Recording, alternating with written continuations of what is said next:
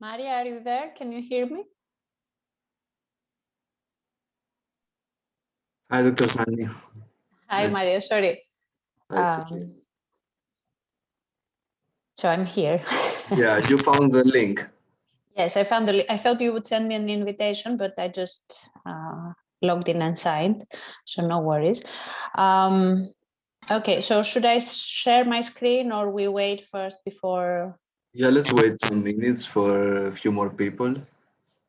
Okay, To I see the join. meeting is recorded. Does that mean that you are uploading somewhere? We're uploading on the cloud of Zoom and to upload it later, as I told you on LinkedIn, to upload later on YouTube so students can have access anytime and they can rewatch and have the Okay, that's maximum benefit, basically. Okay.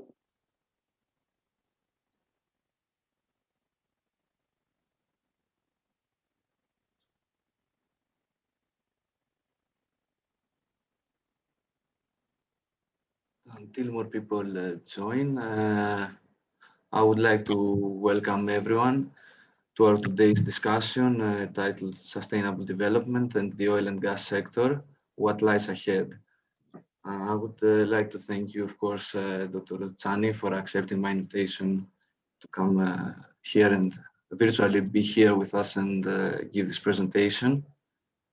My name's Marios Akritis, and I will be the moderator of today's discussion. I'm a master's student in petroleum engineering here at Technical University of Crete, as well as the president of our SP student chapter.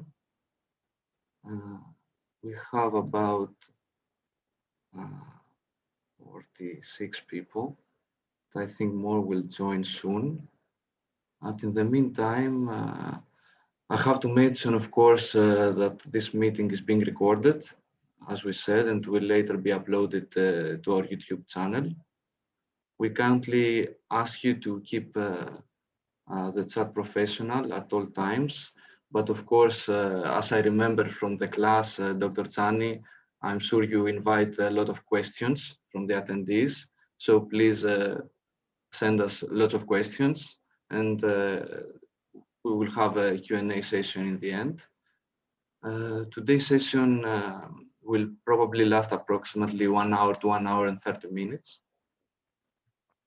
And before we start, I believe we have some attendance here and we can proceed. So I would like to say a few words about our speaker. Dr. Stella Tsani is an assistant professor at the Department of Economics, University of Ioannina in Greece. She holds a PhD in economics and business from the University of Reading in the UK. She's currently an expert member of the Foresight Group coordinated by Plan Bleu on the Mediterranean Basin Med 2050, as well as an expert panel member of the Euro-Mediterranean Economists Association. She has acted as an expert member of the Body of Knowledge and Startup Mentor for the European Institute of Innovation and Technology on Water Scarcity in Southern Europe project. Professor Tsani has more than 10 years of professional experience with multi-sectoral networks across the Knowledge Triangle and have participated in more than 30 research projects funded by national and international bodies like European Commission FP7, Horizon 2020, EU directorates, National Bank of Greece, World Bank, Ministry of the Environment of Cyprus, etc. Her work includes public policy assessment, natural resources with focus on renewables, hydrocarbons and water, water energy food ecosystem nexus, sustainable development, institutions, labor markets, technology, innovation, economy, energy, environmental modeling, and scenario analysis. Dr. Tsani has consulted nationally and internationally in sustainable development, energy, environment, and public policy issues. She has published in leading energy and economics peer-reviewed journals like Economic Letters, Environmental Science and Policy, Energy Economics, Economic Systems, Science of the Total Environment, etc., in edited volumes and in the media. And I would also like to add that this talk is under the SP GAIA or Gaia for the people abroad sustainability program, which is the newest program of SPE. And we are really happy to have the first meeting like that. And also, Dr. Tsani, you are the first female speaker, so we have a lot of first things today. Extremely happy about all these first-time things. Extremely happy to see that finally petroleum engineers start talking about sustainability and sustainable oil and gas production and operations. Extremely happy to be the first female. Surely I'm not the only one in the field, but hopefully it will be a nice break from other male colleagues. Not that it should be something of a matter, but anyways, since it's the first time, I'm happy about that. And always I'm very happy to see that there are a lot of female engineers as well in the field. And I'm sure they have lots to offer. So thank you, Maria. Thank you for the introduction. Quite extensive and flattering. What I think it's something of use to keep from the introduction is possibly the fact that I enjoy working in two different fields that for some people are not related, and that is sustainable development and prudent resource management on one side, and then oil and gas and energy economics on the other end. Although energy has many sustainable aspects, and now that we are talking about energy transition and renewable energy sources with which I've worked with, probably oil and gas appear to be the bad guys in the room. But anyway, I enjoy I enjoy being one of those that work in both fields and with different energy sources, and I see not really the complementarities, but the necessity to look with a much more calm and realistic approach all developments in all different sectors. So this would be the introduction from my side about myself and my work. So thank you once again for the invitation. I'm very happy to contribute to the efforts of SP International and especially of the chapter at the Technical University of Crete. And also I'm repeating and very happy to be the first presenter in a joint effort with SPE Sustainability Program. I would go for the Greek version of the word because this is where it comes from, but this is mainly about discussing about global and earth and how we can enable all individuals in the oil and gas industry to act in the service of sustainable socioeconomic development and to create actions to address the planet's sustainability challenges. Let me share my screen first so you can see the slides while I'm talking. For sure, go ahead, and I believe we are all on the screens. Okay.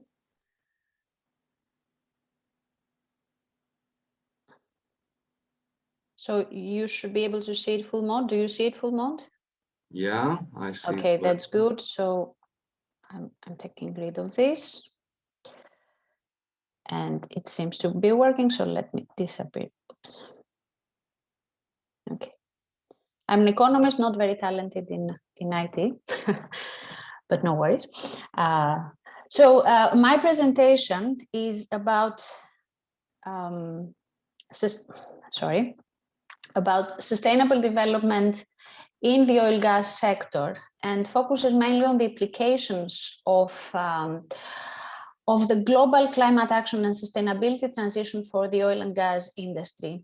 The aim is basically to give a comprehensive overview of the global and regional initiatives that frame the ongoing developments and those to come in the following decades and to shed light on potential future outcomes and developments.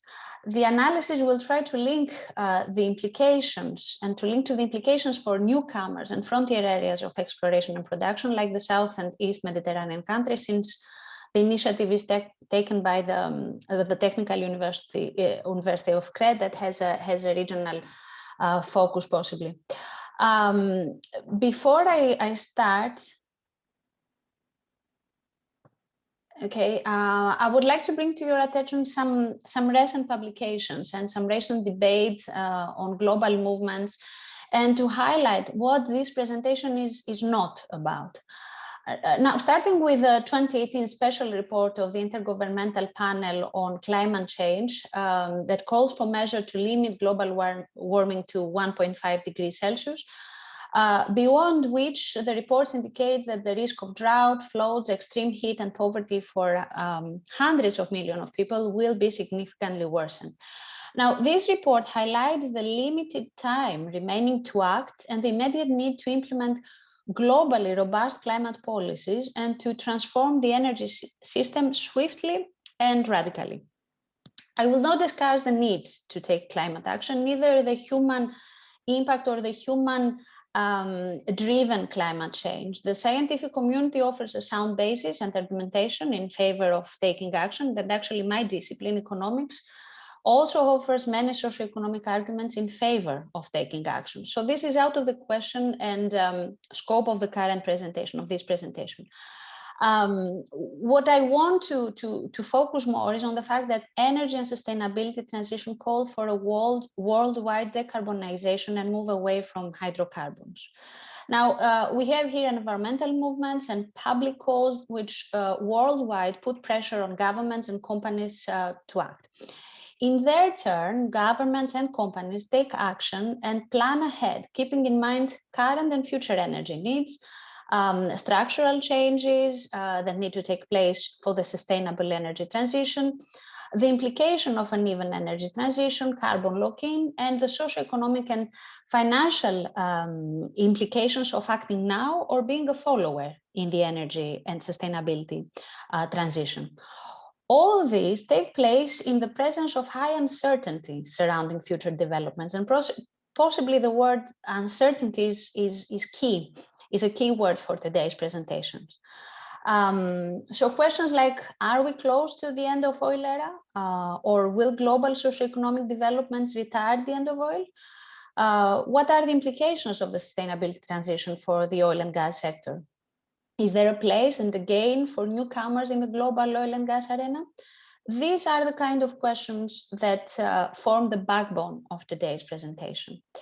And hopefully I will try to shed some light on those questions. So what is the current state of policy directions and global action? We know countries worldwide have agreed in 2015 in 17 Sustainable Development Goals and 169 targets to guide national, regional, and global decision until 2030, according to the United Nations agenda to 2030. The Paris Agreement and the nationally determined contributions adopted by 196 parties at COP21, and which entered into force in November 2016, aim at limiting global warming to below 2 degrees Celsius compared to pre-industrial levels. The European Commission revealed in 2019, late 2019, early 2020, the European Green Deal. That is the European Union's plan to make the economy sustainable, to make the European economy sustainable. And in this plan, key areas and priorities regard clean energy and climate neutrality for the European Union by 2050. Now, this transition to low emission, renewable and clean energy sector will have profound effects at sectoral level, at industry level, and of course at the labor markets and the labor employed in the sector at a worldwide level. And of course, these challenges and these changes will impact countries, regions and local communities and gender in the labor market in many different ways, and are expected to be significant for latecomers and carbon locked-in countries. For the oil sector, the energy and sustainability transition powers the substitution of the peak oil supply theory that probably you are aware of with peak oil demand. The theory of peak oil supply signaled a shift from an era of allegedly abundance of oil to an era of oil scarcity. Now, as we see scenarios and energy outlook analysis, for example, from BP or the International Energy Agency, indicate a peak in demand rather than in supply for oil under alternative policy scenarios that consider different decision making and different speed of actions. And in any case, they indicate that possibly we are facing a peak in demand for oil under, or at least that is placed somewhere in between in the period 2020-2030. This change poses material challenges for oil-producing economies as they try both to ensure that their oil is produced and consumed, and at the same time, they diversify their economies in a way that they are fit or remain fit for a world in which they can no longer receive revenues from oil. Okay, and of course, these revenues can no longer be the primary source of public funding. Now, the extent and pace of this diversification is likely to have important bearing on oil prices over the next decade. For gas, we see that the outlook is slightly different and shows resilience that is helped by broad-based demand, by the use of gas as a transition fuel, and the increasing availability of global supplies.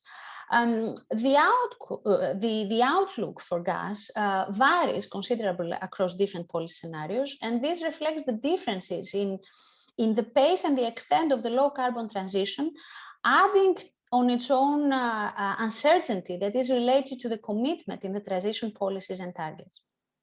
Now, energy transition and the prospect of plateauing demand have implications not only for those that produce and those that consume, but also for investments in the oil and gas sector. And even though the demand for oil and natural gas peaks and falls in nearly all the policy scenarios, like the ones that you see here from the BP Energy Outlook, the faster rate of decline is in existing production means that significant amounts of new upstream investment in oil and natural gas production is required in any transition scenario. Of course, this kind of requirements are impacted by recent developments in oil demand, by the pandemic, and by oil prices, which I will discuss in a bit. However, what we should keep here is that the energy transition possibly requires significant levels of investment. These estimates of the investment paths are highly uncertain since the developed assumptions concerning a range of factors that could affect the cost of energy investment over the next year vary. Now, the COVID pandemic puts additional strain on safe estimation of future demand and investments in the oil and gas sector. And why I'm saying this? Because what we see is that the ongoing COVID-19 pandemic hits very hard almost every industry, but perhaps the one industry which has been and has been hit the most and has taken the hardest hits is the global oil and gas industry. Energy equities have suffered significantly, recording limited recovery in 2020.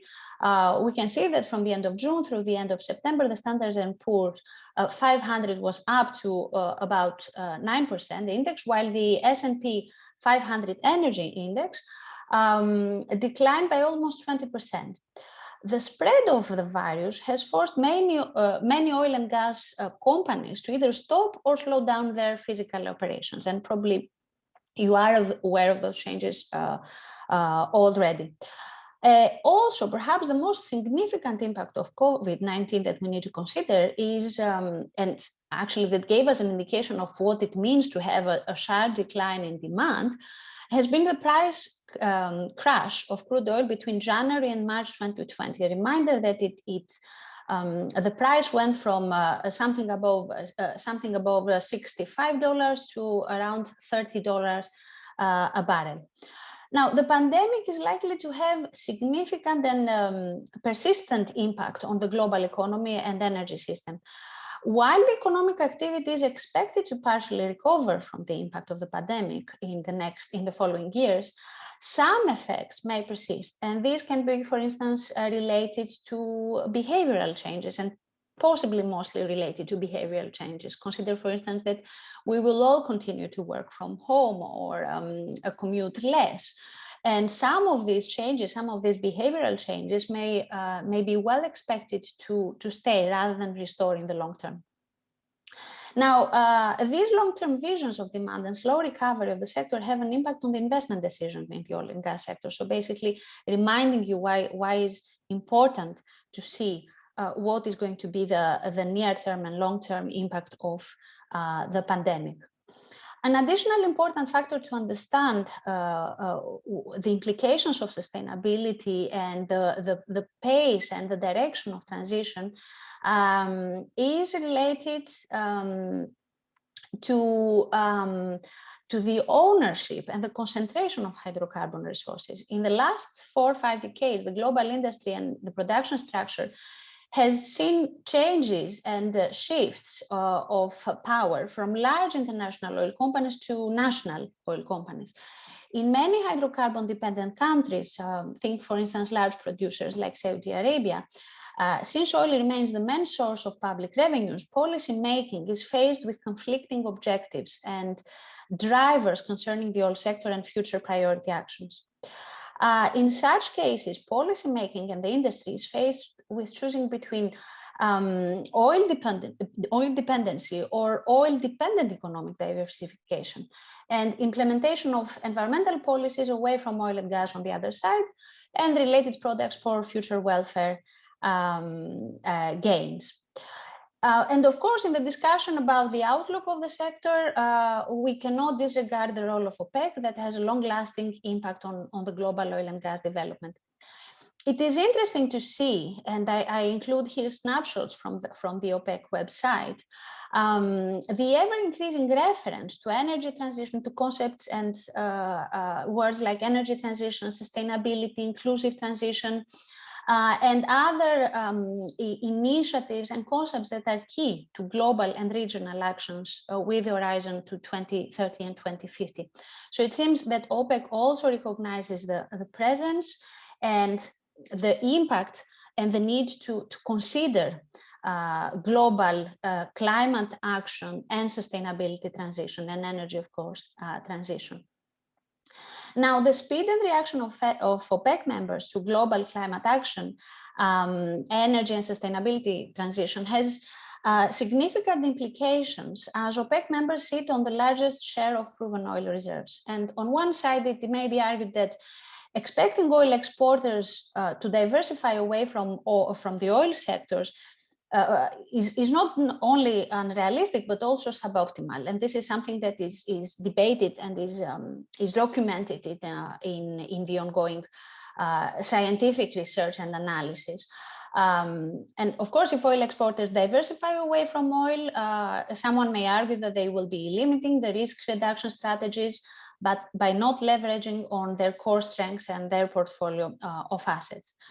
Additionally, oil may remain for these countries, and especially for large producers with established capacity and experience, a very profitable sector for these countries and enjoy higher margins than any new industries that the respective governments aim to establish. Okay.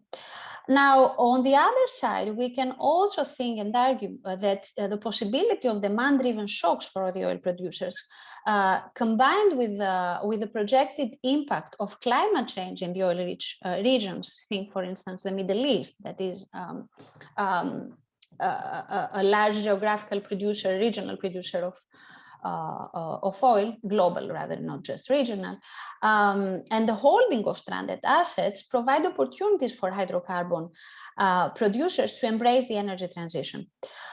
What is disregarded in large in this debate about whether energy transition will take place and whether these countries will opt for acting now is their competitive advantage that is related not just to the mere presence of natural resources, but also to the extensive and established capacity to produce at low cost and to optimize their production and sectoral management for many decades. Diversification strategies that seek to deploy these strengths, which may range from managerial experience to established supply chain, could yield significant benefits for large oil producers. So transition and timely action is something that possibly does not also leave these countries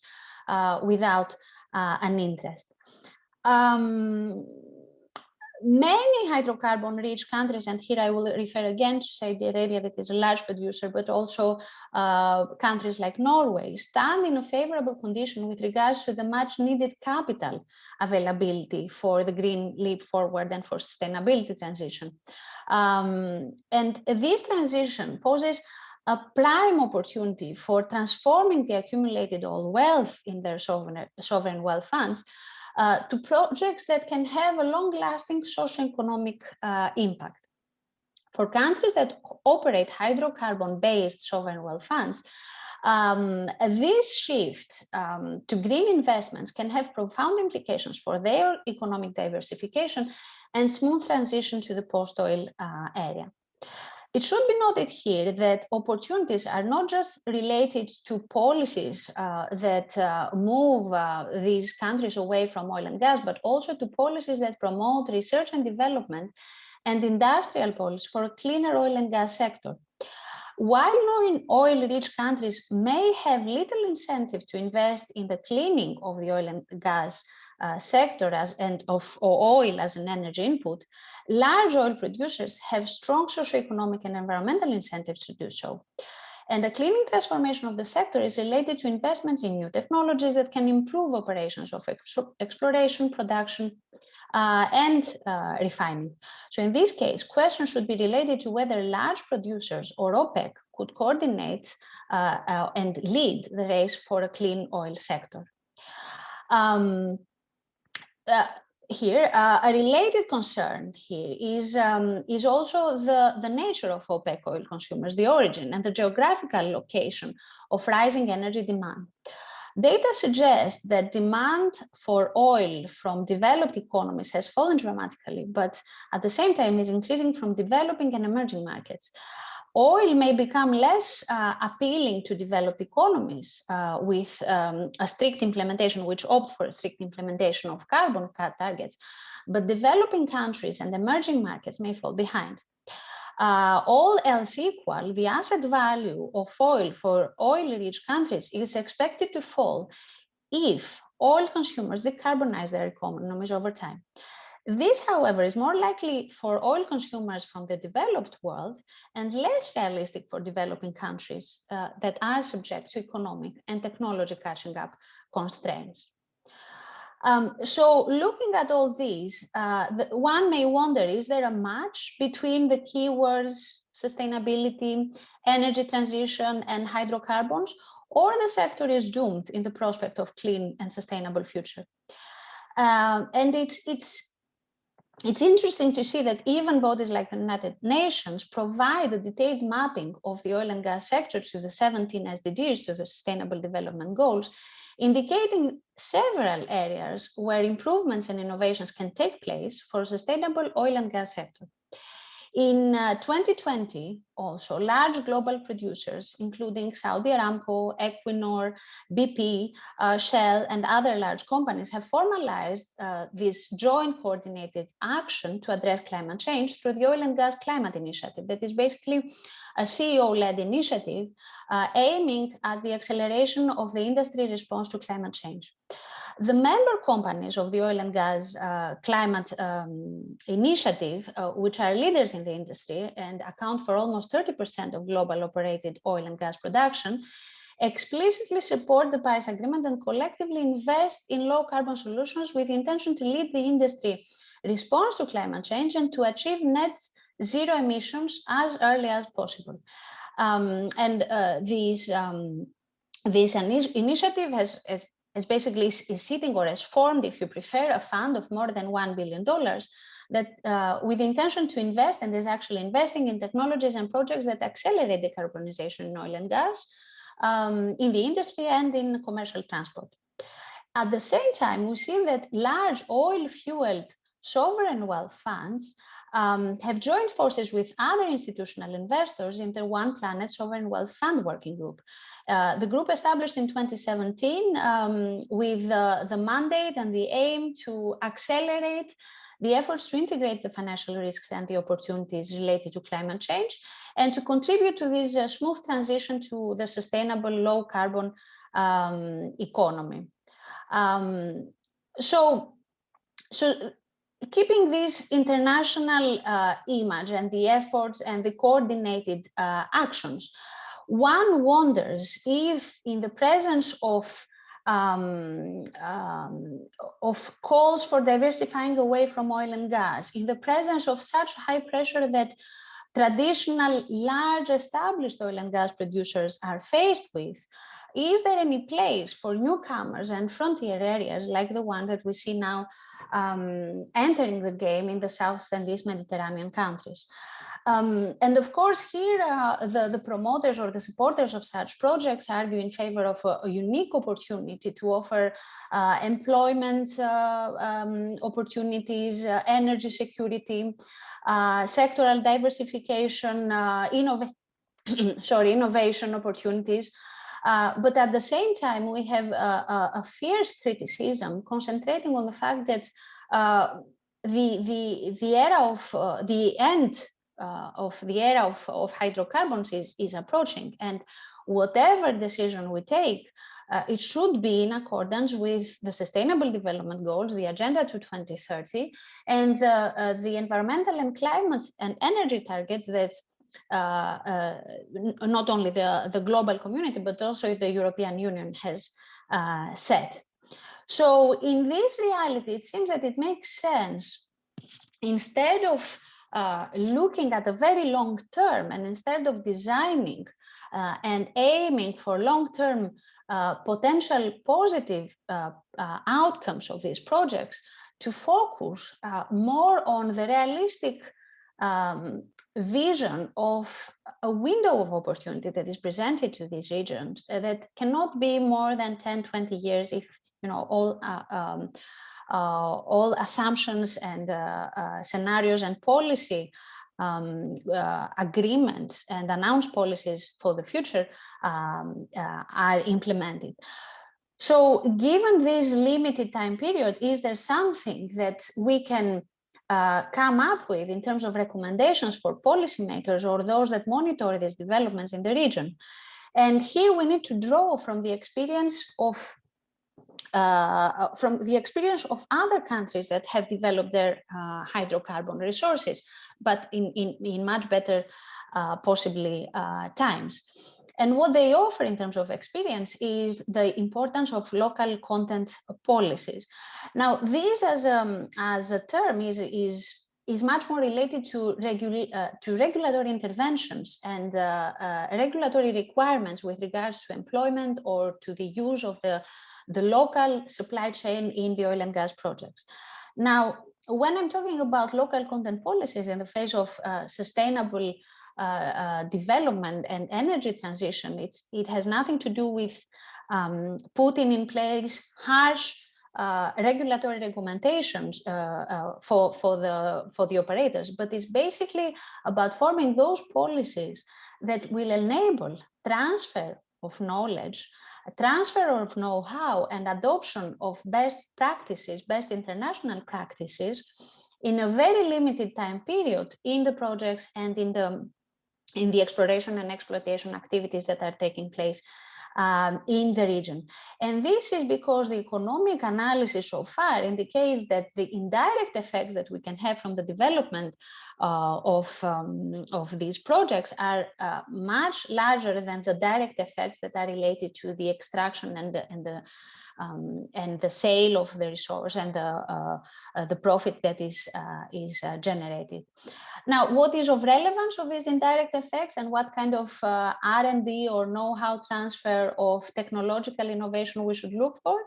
Well, these are related to, let's say, human capital development and technical skills and technical training, subsea technology, automation and dynamic positioning, shipbuilding and outfitting, and of course, environmental protection and restoration, kind of skills and technology transfer in areas that can find application and can be useful in other sectors and in other development paths, economic and industrial in the near future. And since I'm coming from a public policy background, and this is what I'm also interested in, is is related to what kind of policy recommendations we can offer, and what the scientific evidence to date and the research indicates that it's important for policymakers to consider as priorities in this window of opportunity and in this design of local requirements and local maximum benefiting from the exploration and exploitation activities. And first of all, what it seems is important is the integration of local content policies and initiatives with the development policies, with the wider growth and development policies. For instance, the policies and the public support that has been given so far for the addressing of the pandemic it poses a very good example. For instance, we know that money are given in order to support low-income people or those that are left unemployed or businesses.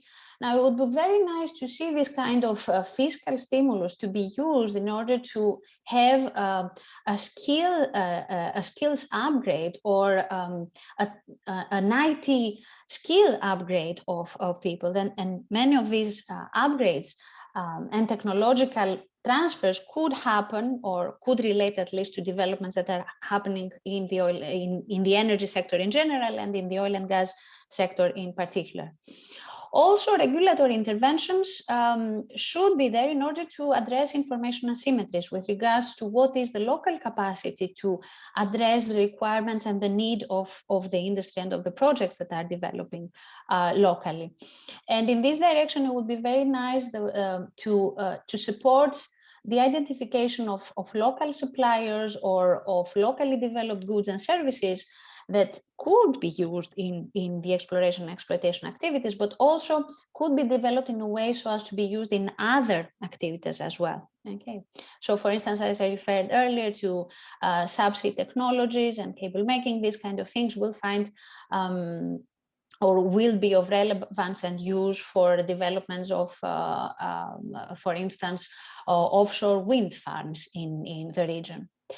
And of course, very, very important is the timely education and the addressing of skills shortages that may be present in the region and in general in countries that have no prior experience with such projects.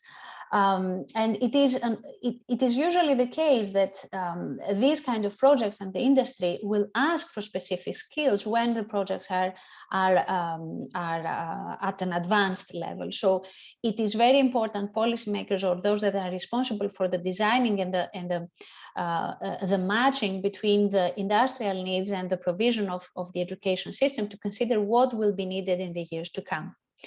Also, for the region is very important the promotion and the establishment of clusters of cooperation and R&D and innovation, because these could benefit from the economies of scale, but also from the transfer of know-how in different parts. So building up on whatever is identified in one part and whatever could be used in other parts in a successful way.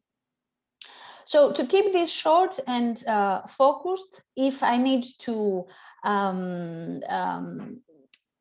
have some concluding remarks and basically a summary of what is important in this debate about sustainable development and the outlook for the oil and gas sector, beyond, of course, what the scenarios from research institutes and companies show. I mean, this is well documented. It's not me that I'm proposing, or I'm saying that demand and supply will move in a certain direction. But beyond that, what I want to emphasize and what is useful to take with you after this presentation are the following points. First of all, the imperative of sustainability and energy transition. These are things that will happen no matter what, no matter how fast or how soon. I mean, we have seen what is the urgency of the matter, what is the necessity of the matter, and global initiatives and regional initiatives point into that direction, that we need to take action. We understand now the society is maturing, the society is pushing for that. So it will happen, it has to happen. However, the impact of these on the oil and gas industry will depend in large on two different reactions, on two different positionings. The one has to do with the industry level and national level, national-wide positioning to sustainable development. So what are developing countries going to do, or that are basically also hydrocarbon importers, how fast and into what direction they are going to move with energy and sustainability transition, and also the industry reaction to this transition call, what is going to be, how fast it's going to be, or whether it's going to be just a greenwashing thing. But also another important issue is to think of the geographical allocation of hydrocarbon demand and supply, where demand is coming from, and whether the fact that demand is coming from developing and emerging markets that are actually now being recorded as increasing consumers of hydrocarbons being produced by large producers. And whether these developing countries will be able to catch up and not be late comers in the energy transition and the sustainability movement, will impact the long term. Well, long term, it's debated how much is the long term, but anyway, the long-term prospect of the oil and gas industry. And concluding, as I said in the beginning, uncertainty is probably what appears to be the key word, but is also important to understand and to lower this uncertainty for the timely, fair, and resilient transition, not only for the global energy and socioeconomic system, but to make the transition and the adaptation to this new reality for the oil and gas industry also sustainable and resilient. And with this, I want to thank you for your attention. I'm open to questions or comments. I'll stop sharing so I can see you. Yeah, thank you for the very nice and brief presentation. Dr. Tsani, I believe you gave a lot of information in a short amount of time, and I'm sure that many people have questions. Although I expected more questions, I believe young people sometimes are shy and they don't ask because they think maybe it's a mistake to ask or something like that. All questions are welcomed. All comments are welcomed, and probably I know that I'm taking you into directions and fields that you are not familiar with, given that I'm talking to engineers and petroleum engineers. But what I want to make clear with this presentation, or at least facilitate you with, is to understand that the wider image, the wider picture, and the global movements, initiatives, and commitments will have an impact on the sector that probably most of you want to work in the years to come. And probably most of you are concerned with the long-term outlook of the sector and with questions like the ones that I mentioned in the beginning, whether we are close to an end, whether we should worry about climate change or not. I know this is a hot topic within your sector, but it's not about denying or undermining what is going to happen. It's much more important to understand the challenges and the opportunities that emerge from this transformative change that is taking place, and how the oil and gas industry is going to be positioned in this regard. Yes, I believe that master students and recent graduates, of course, professionals in the energy industry, are well aware of the current situation and all the initiatives taking place for 2030, the UN Agenda 2050. All the companies, many of them have changed names, others have set clear goals even for before 2050. They have a race there for 2046, or I don't know.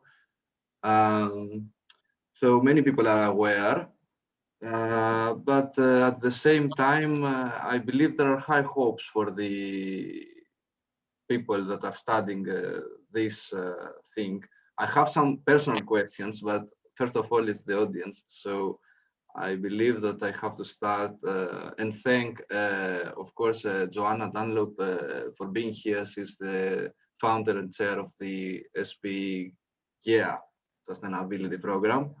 And she has also a question for us. I would like to say that, of course, SP has a strong collaboration with OGCI, Oil and Gas Climate Initiative, and this program, of course. And so the first question comes from here, and she says that you refer a lot to move away from the oil and gas. Does that mean that you have any doubts about the industry's decarbonization in terms of capability and commitment? Doubt. Oh, that's a nice question. Since we have international initiatives that have been ratified and accepted by all member states, since we have specific policy actions, for instance, the European Green Deal is one of those that set targets to be met. I don't think that we should doubt about these kind of changes happening. I'm much more concerned with the speed, how fast these changes will take place, and how much will be on. I mean, we, the global community and at regional level, policymakers will be committed to meeting these targets. Okay, so I would be much concerned, or I'm concerned with the speed of action.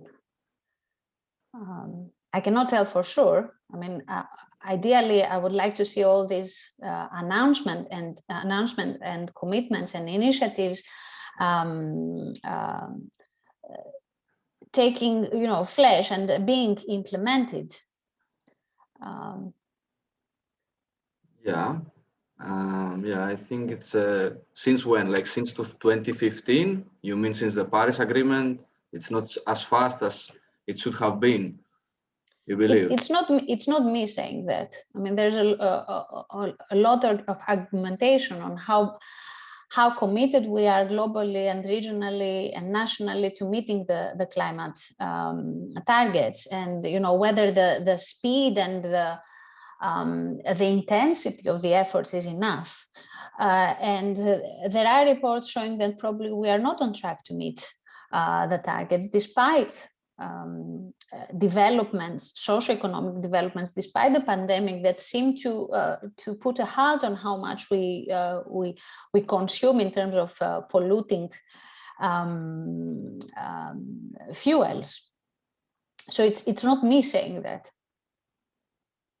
Okay, thank you for your answer. I have another comment from Joanna. She says, so aggregation is a key GEA principle. The industry is not in a good position to know if it's doing enough fast enough. Stella is right. That's a comment in your answer, to your answer. Okay. And I have to pass to another question, because if I make many questions from myself, I think this will take hours. I have a huge question from a student here at the University of Crete. So recently, Porsche announced that it's currently researching a synthetic fuel technology that could save traditional gas-powered mills. The fuel won't just reduce emissions, either it has the potential to make combustion engines just as clean as their battery-powered counterparts, the executive said. Could this initiative, bonded with the extended natural gas reserves that reside in the Mediterranean, provide life extension and sustainable future in the oil and gas, as well as the automotive industry, while keeping in mind that production cost is the main drawback, and also electric vehicles are the main competitor? Very good question. Thank you. I think I pointed that out in my presentation, that we talk too much about moving away from oil and gas, and how many investments are done in order to move to clean energy production forms, or to clean the transport sector. And in large, this debate underestimates the interest of oil producers to invest and to innovate in technologies that could clean oil and gas. I'm not an expert on that. I mean, that's not my expertise, but I understand that whoever moves fast in this and whoever brings to the market this kind of technologies in a cost-effective way may have a real impact on the speed of the transition, but also on the speed of, not only just on the speed, but on the need and the lifetime of the use of oil and gas. So the short answer would be yes, if all these kind of innovations materialize and can be deployed in the market at low cost, or at least at competitive cost, they extend the lifetime of oil and gas. It should be made clear that now we are also undergoing a technological transformation. We are entering in a new era. And it's also, if I may say, a battle of technologies, competing technologies. So what kind of these technologies will develop first and will enter the market at a competitive cost will impact on the fuel demand. Thank you for your answer. I think I should give the word to Professor Yotis. I believe that you might know Professor Yotis from last year. Sure. Hello, Nice Professor. Nice Hello, Professor Tsani. Thank you for your talk. It was very insightful. Thank you very much, Professor. And your support. I have a question myself. I would like to ask you, to the best of your knowledge.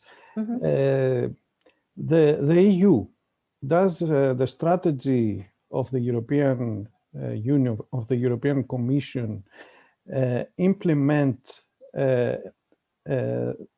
oil and gas, fossil fuels into their sustainability plan? Meaning, is there funding for research in the oil and gas recovery industry, or new types of synthetic fuels? I would like your opinion on this. Again, it's not just my opinion, but my answer is based on announcements. And last year there was an intense debate at EU level.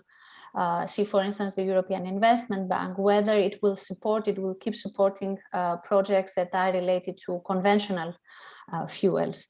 And it seems that the European Union is not in favor of such support.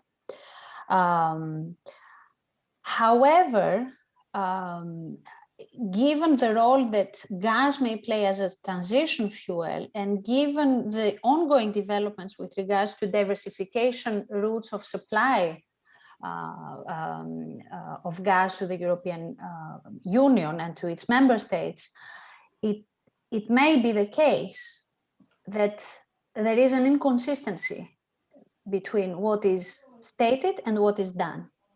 But the clear line and the outspoken stance of the European Commission is that it will not support such projects. Okay, so not even natural gas as a transition fuel. It's a difficult question, because if we follow the official announcements, it seems that even gas is included in that, or at least there are pressures at the EU level that point to the need to not support natural gas, even as a transition fuel. However, I have the feeling that this stance of diversifying and of moving fast into an energy mix that is dominated by renewable energy is not happening without gas being in the mix. So I find that there is an inconsistency between statements and actions. Yes, that is my question. I don't have any data to support that actually the EU is under the table financially supporting natural gas and some kind of fossil fuels. But over the table, they are obviously discussing about greener economy, sustainability, renewables. Although all the engineers, the consultants, the industry knows that this cannot happen in the coming 10 or 20 years. Yes. So, but I don't see any real, support towards at least the gas recovery sector. So that was the basis of my question. I agree with what you said. So we are on the same page of understanding things here. Thank you. I have to add a comment here from Professor Passadakis. He says, only if these projects, the gas projects, are related to Germany. See Nord Stream. I was more diplomatic in my positioning. I said that we have member states that act differently, but okay. Professor Passadakis made that much more clear. Thank you for the comment. Yes, and we have also a question from Professor Passadakis. First of all, he says thank you for the very interesting and well-balanced presentation. Could you please comment on the current Greek policy with regards to the energy transition? Okay, challenging question, because Greece has announced very ambitious targets, is verbally has supported the European plans and the European policy targets. However, I feel that at national level, or at least in terms of internal politics and discussions, the stance is not as robust as it should be. All the recent governments have not given a clear signaling on the energy policy that the country is going to follow, or at least that what are the priorities of this energy policy.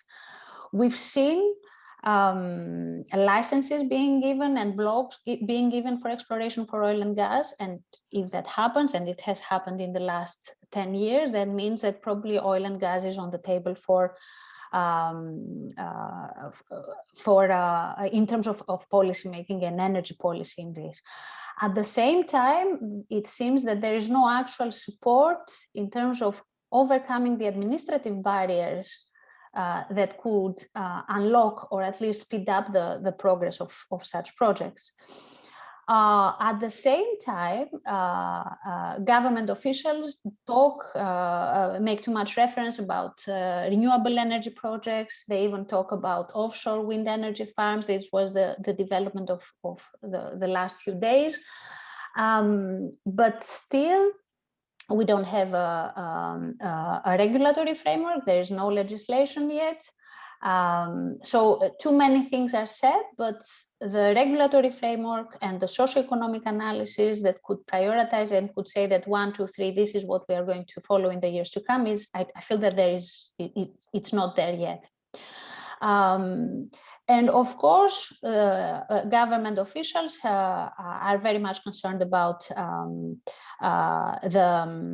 the transition and the closing of lignite sites in Greece, and in terms of what is going to be the impact of this shift on the regional and the local employment.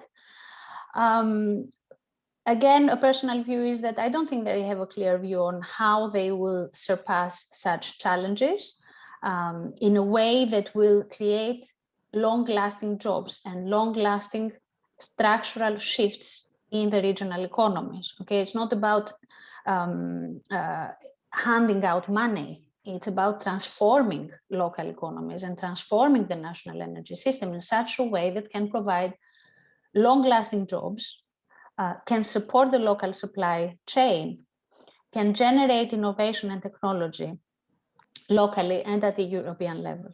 I'm not sure whether these are clear dimensions in the national energy priorities.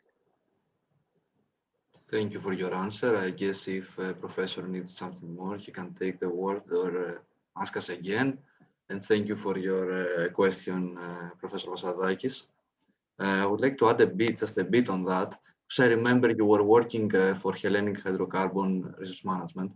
Yes. And as far as I know, there is a fund there since 2013 or something. for the money from the companies to go. So is this fund, as far as you know, empty, or?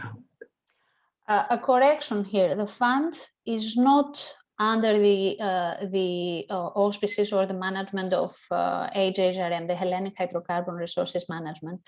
Is a separate account held at the Central Bank of Greece. And it was set up indeed in 2013 with the purpose to collect the excess revenues coming from the oil and gas sector, with the end goal to support, to financially support two different pillars. The one had to do with the pension system in Greece, so it was supports towards pension payments, and the other was support for education and training in oil and gas related matters, in subjects. Now this in itself opens up a completely new discussion group or thematic area, if you want, because the idea of the funds is to establish them so as to support or to address the over-reliance of the economy on a specific source of revenue. And by using those money to support oil and gas education or projects actually deteriorates this over-dependence.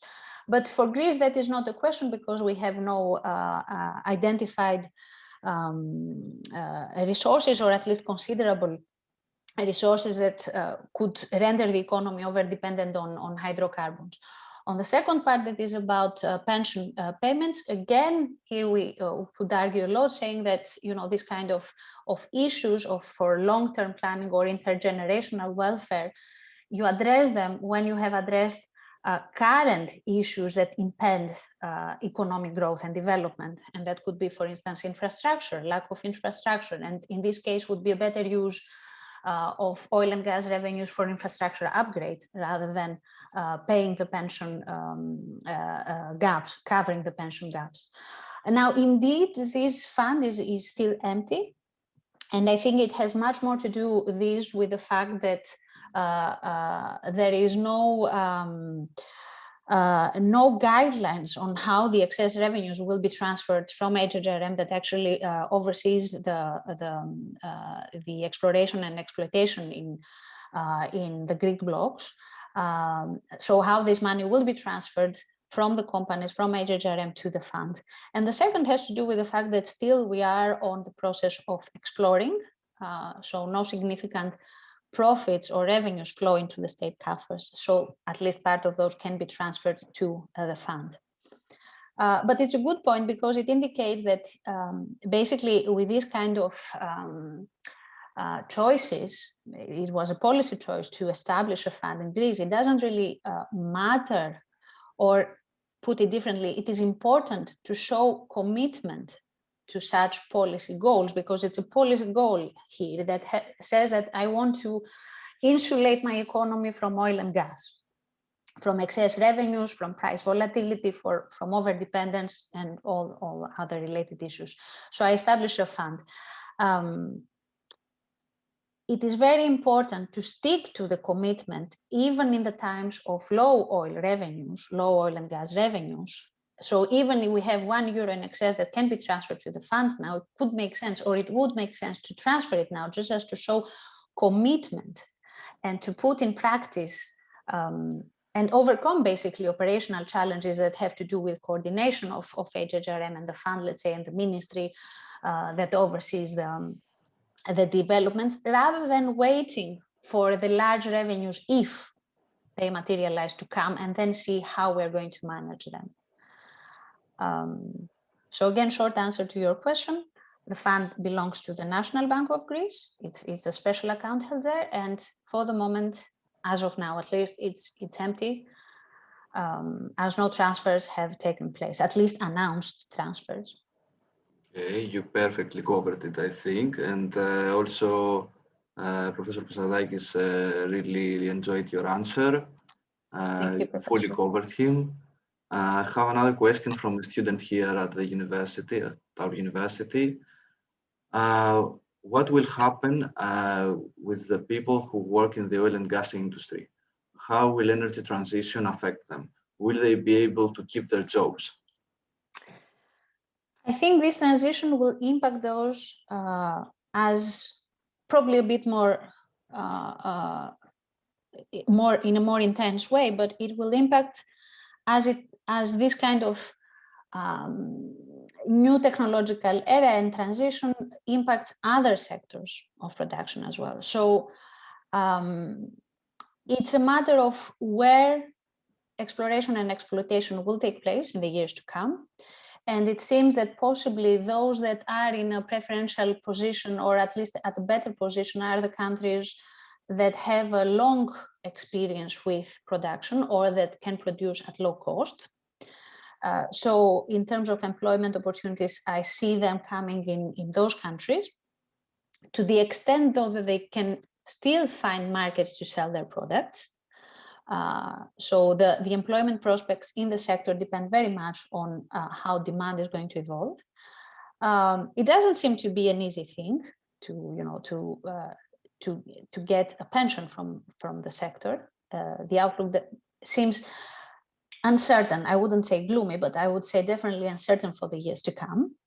And the second, the employment prospects have to do with how the industry will transform so as to be sustainable and to be compatible with sustainable development. Because if we see innovations taking place and technological upgrade taking place that will allow for oil and gas to enter the energy mix, then of course we will need these people working in the field.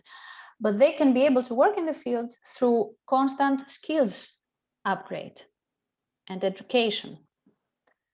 So keep your eyes open and keep vigilant to the changes and the skills that will be required in the near future. That applies to all of us, but possibly to those working in the field might be a bit more intense in terms of requirement. Yeah, many people, as far as I see, move to data analytics or to geothermal, which are rising worldwide. Other kind of technologies that I have kind of a question here from Adonis. Hi, Adonis from UK. I hope you are good and fine there. What are the ongoing activities for CO2 capturing or clean energy in the Greek region, where we will see the first changes? Do we have the necessary budget and infrastructure? Okay, that is a slightly related question to the presentation. Yeah. I'm not sure about the exact CCS. Yes, CCS rising as a part of sustainability and the technologies that are rising for decarbonization. I believe this is the point here. Yes. I don't think that is high in the priorities and in the technology changes and technologies that should be promoted in terms of achieving sustainability.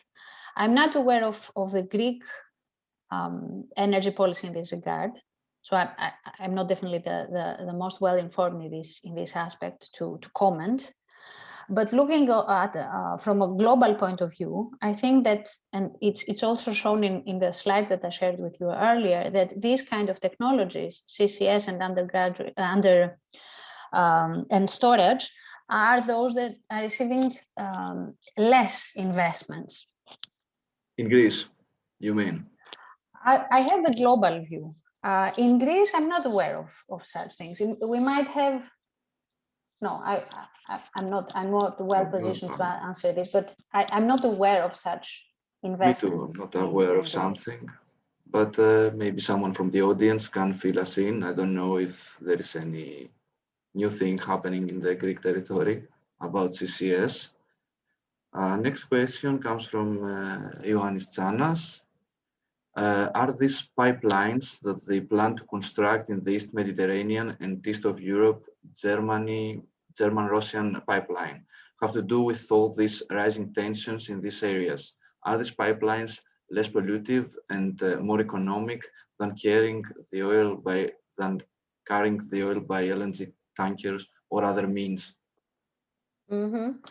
Okay. This is why I enjoy reading about and researching on energy and oil and gas issues, because there are so many other reasons apart from economics that determine whether a pipeline will be built or a project will go on.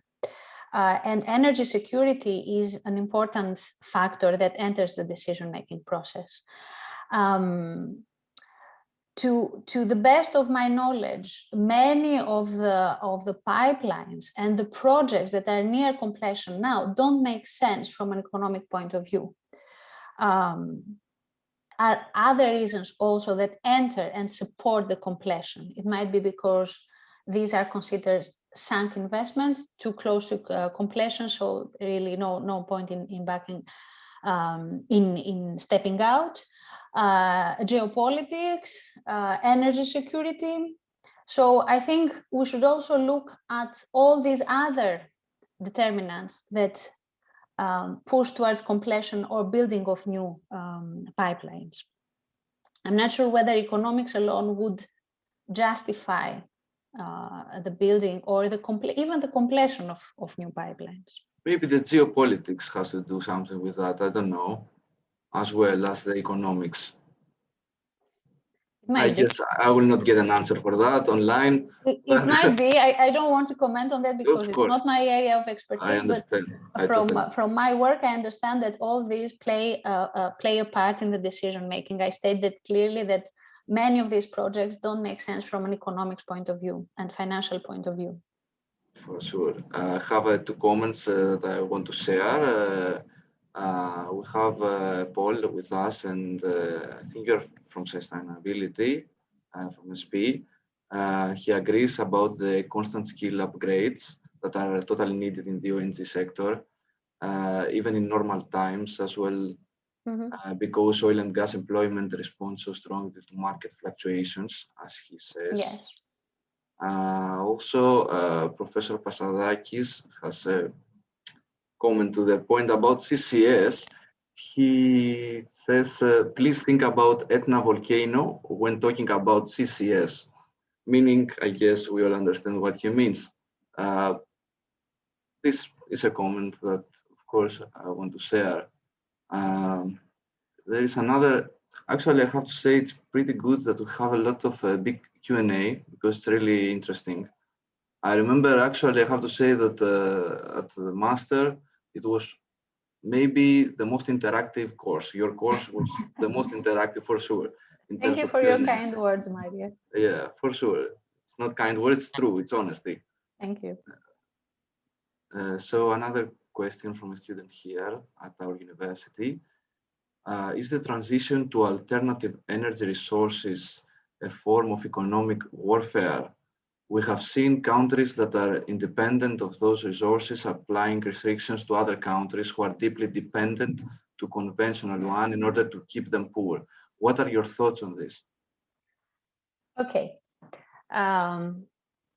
It's a nice question, although I referred to it earlier as well, that I enjoy this subject and this sector because it comes, the analysis and the understanding of developments and of the future does not relate only to economics. There are many other reasons that explain what happens in the market. And of course, natural resources, especially oil and gas, have been core determinants of the economic and socioeconomic developments in the last 50 years. Now we are in a new era, we are entering a new era where probably the dominance of oil and gas and oil producing countries and their ability to impact on the international economy, on the global economy may lower. And also we expect to see the rise of other important international players, and those would be countries that are rich in rare earths and minerals, and all those that are required as inputs to production of renewable energy technologies. And there is a large volume of growing literature on the geopolitics of the energy transition. I don't think that this kind of changes happen just because, you know, one bad nation wants to take control over another poor, usually nation. Is another illustration and evidence of shifts in power and balance that characterizes human history, basically. And of course, I understand, and I keep that as given, is what I said at the beginning, that we have enough scientific evidence that calls for action. I mean, there's no question about that. This gives rise to new technologies, or provides rising voices in favor of some technologies over others. This will lead to structural changes in terms of production and consumption, and this will lead to the rise and fall of new, not necessarily superpowers, because now we have a much more diversified rather than concentrated energy resource availability. For instance, renewable energy sources take us away from heavy dependence from few large global producers of the energy resource that is an input to production. On the other side, it will increase dependence from countries that have these essential rare earths and minerals that are important for the technology developed. So I would say that it's just another illustration of the constant shift of power between different parts in the global economy and the global societies. Thank you. A question from Stavros Papadopoulos. I believe you answered the first part, although I will repeat it because I might be mistaken. Mm-hmm. Do you believe in the potential of Greece for the exploitation of hydrocarbons? And what's your opinion about the EastMed pipeline? Okay. About the first one, it has nothing to do with what we believe. It's a matter of whether, first of all, there are resources to be exploited. And as an economist, I can tell that we don't need just to identify resources, but those resources should be exploitable, commercially exploitable. It would make sense to extract them out of the ground, and not just to extract them and sell them, but the cost of extracting and using these is definitely lower than the socioeconomic cost of leaving them underground, under the assumption that there is something. I mean, for the moment and up to now, we have no evidence that hydrocarbon resources are there. All we know is that the operators at least have identified resources in other parts of the Southeast Mediterranean. And we have some investors' interest to look to undertake exploration activities in the Greek territory. So I don't know if there is something, and if there is something, it will make sense to extract it to the extent that it does not negatively impact in socioeconomic terms. And we should be very clear about that. And especially for Greece, that is an economy that is dependent also on other service sectors. See, for instance, tourism sector that is also characterized by a rich biodiversity. We have extra points to take into consideration before saying like lighthearted that yes, we should explore. And especially given the time that we are entering this game. So ideally we need, or we should have identified the best strategy in terms of energy production and diversification. Since we also are abundant in renewable energy sources.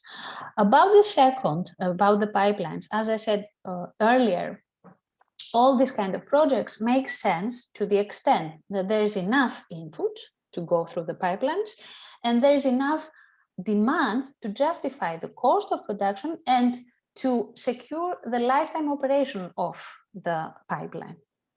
I'm not sure that we have either of these two for the moment. So for now, it doesn't seem a clear-cut answer that yes, we should go for it. First, we need to secure what enters that pipeline and where it goes, whether demand is there, and then do the socioeconomic, the financing and economic analysis in terms of cost benefit, and then decide whether we should construct them. But I think we are far from that point for the moment. Personal view of this one. Thank you.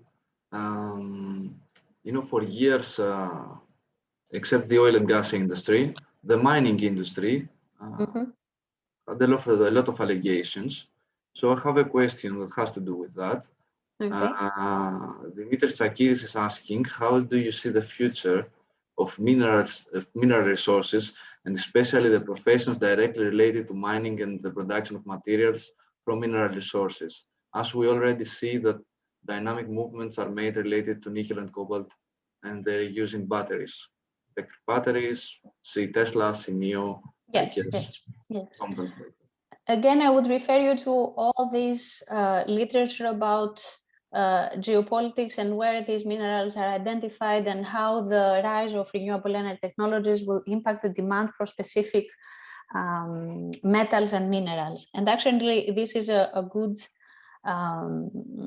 point to advertise basically a forthcoming edited volume that I'm co-editing together with Indra Overland from the Norwegian Institute of International Affairs, and we have a dedicated section in that volume on the impact of energy transition on minerals and how this is going to change the global positioning and power of specific countries.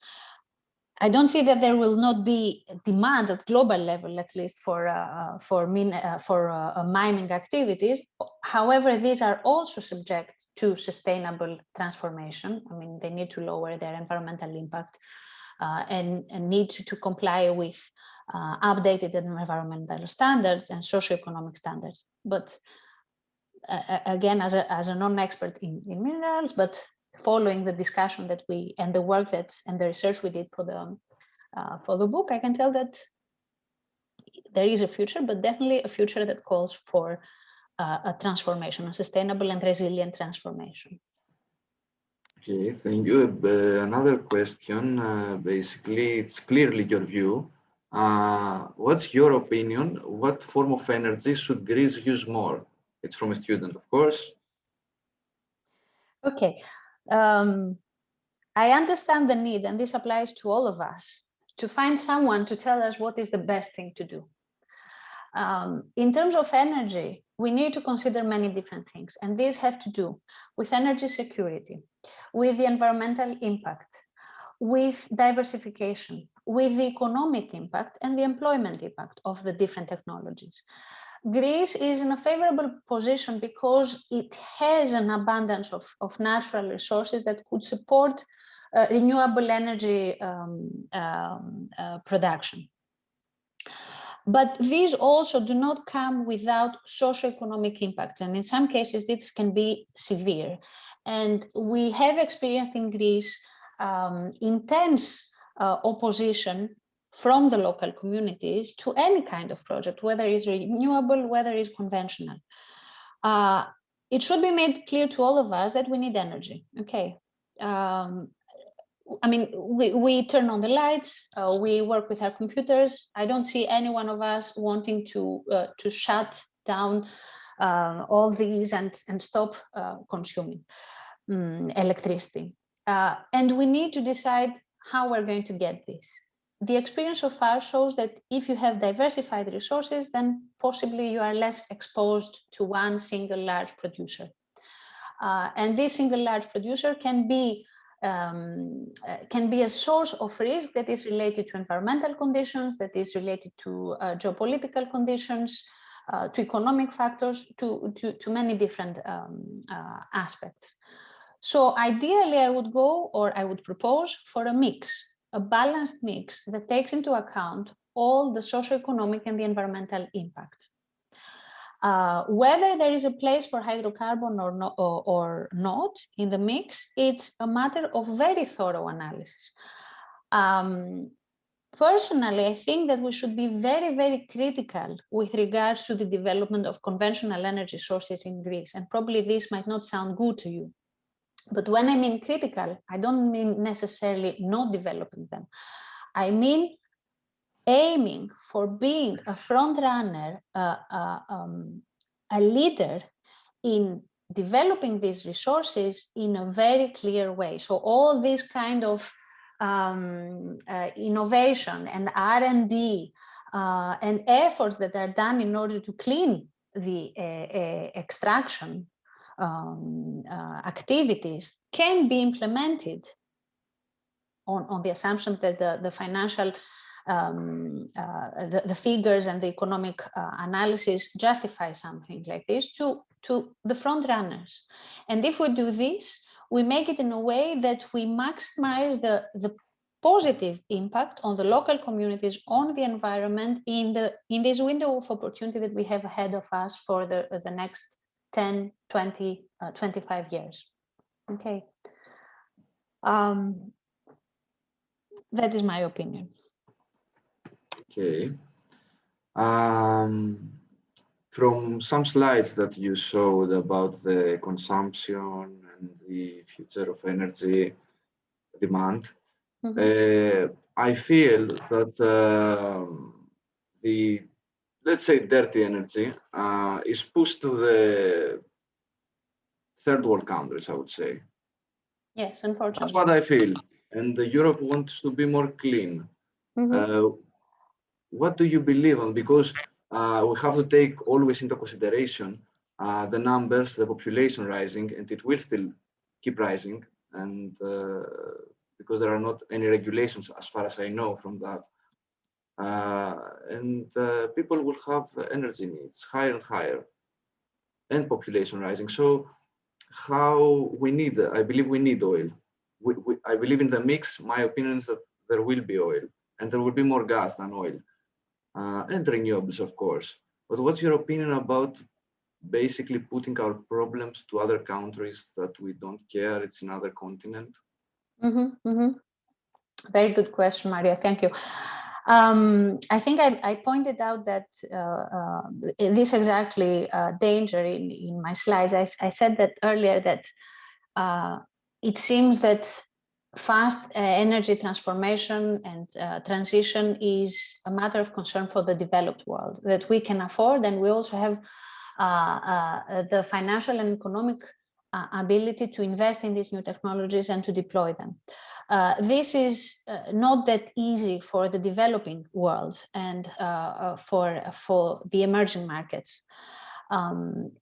And also, if we think in terms of CO2 emissions before and after the industrial revolution, the developed world carries a large responsibility about the human-driven impact on climate change. So it's, in a sense, it's unfair to us from developing regions to transform fast and to bear the cost of mitigation and adaptation.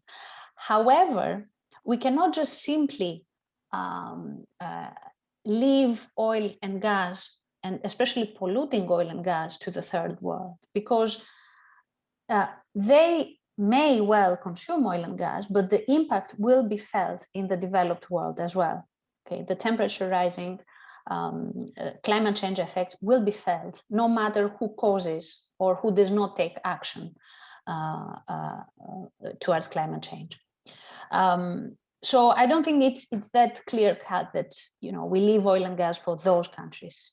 Of course, how much we will support them in terms of catching up, technological catching up, and ability to develop their own resources, because this is another opportunity that emerges with renewable energy, that some of these sources are available in other countries. So with appropriate technological support and financial support, these countries can develop their own resources. So I don't think it's a certain outcome. It's definitely a threat that probably the developing world or emerging markets will be, or are facing at least, these carbon lock-in issues, but it's not necessarily the only outcome in the years to come. They have to come with us. I mean, we have, and this is actually the target in the UN agenda, that we all move together in this and in tandem, and no one is left behind. I think you have a very beautiful picture of the future world for some countries. I hope it's also. In our hands. It's in our hands. Let's hope that it will be in my generation's hands to change some things, as each generation says. We'll see. We'll see. Let's be positive. I think because this Q&A is huge, and I'm sure you got a lot of questions, and you're a bit tired. I will finish with the last question coming from Olga Nusia. So on lignite, what is your opinion on the non-use of lignite for the energy needs of the country from an economic point of view? And country, I assume, is Greece? Greece, of course. Okay. Oh dear, challenging questions. I'm not tired. I'm very happy to answer all these questions. Very, very challenging. You all have my contact details, so if any other unanswered questions, just drop me a line. With regards to that, I think, or I'm of the view that we should not shy and we should not turn a blind eye to what is ahead of us. So these kind of transformations will happen. Whether we like it or not, we need to decarbonize.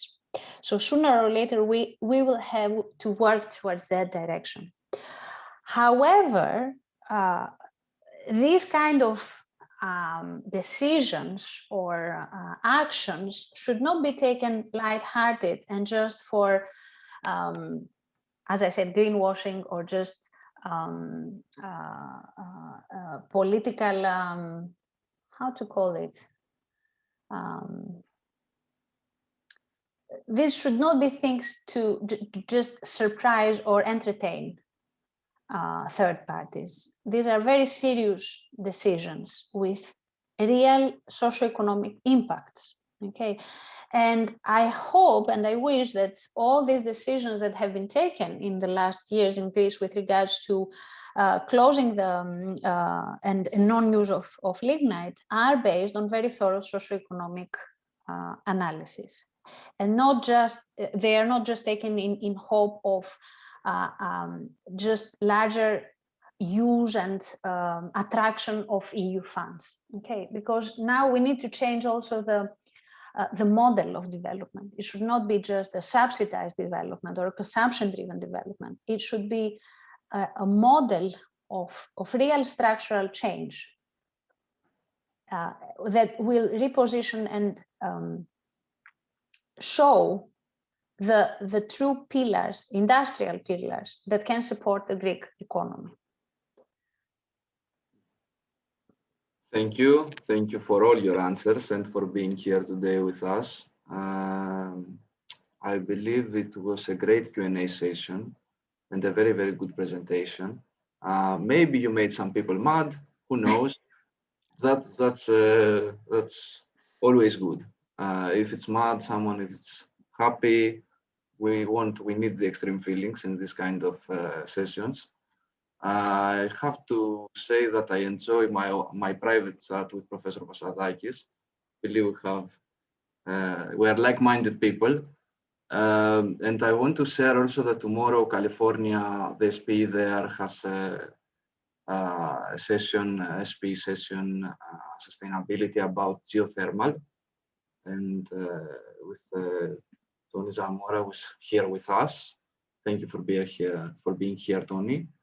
I will probably see you tomorrow.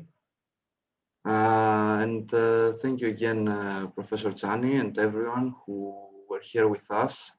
I don't know if Professor Giotis, you want to share some final remarks?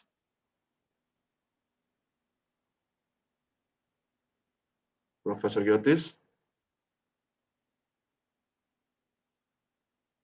Maybe he's AFK, I don't know. In any way, maybe you will get some questions from the audience. I don't know.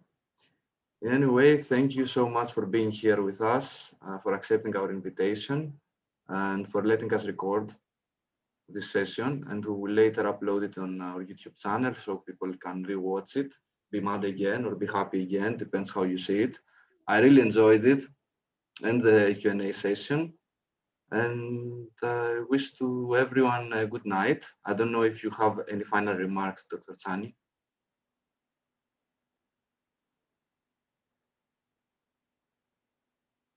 It seems not, Maria.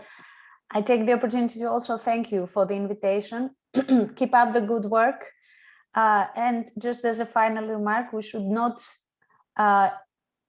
get mad at each other, but we should find a common language. I think that is the challenge now. The transformation needs an inter and intradisciplinary approach. it can happen, and it can happen in a mutually beneficial way. Okay, so it's time to sit all together and see what can be done and what cannot be done, and not, you know, discuss whether it should happen or not, or whether climate change is real or not. This is out of the question. The question is, how do we transform in a resilient way for all of us and all the industries and all the sectors? For sure, I was only joking, you know. I believe there is a seat for the table for everyone. Oil and gas was always a multidisciplinary sector, and nowadays more sectors will join to what we call basically energy sector. So I believe no one should be sad or be disappointed for the future. Many people we know nowadays have some problems with that. They are not sure what will happen, but be positive, guys. Everything will be okay, and I believe that everyone will have a seat on the table. Exactly. So thank you, and everyone have a good night, and stay tuned on the media for next sessions like that. Thank you, Maria. Thank you very much. Good night. Good night.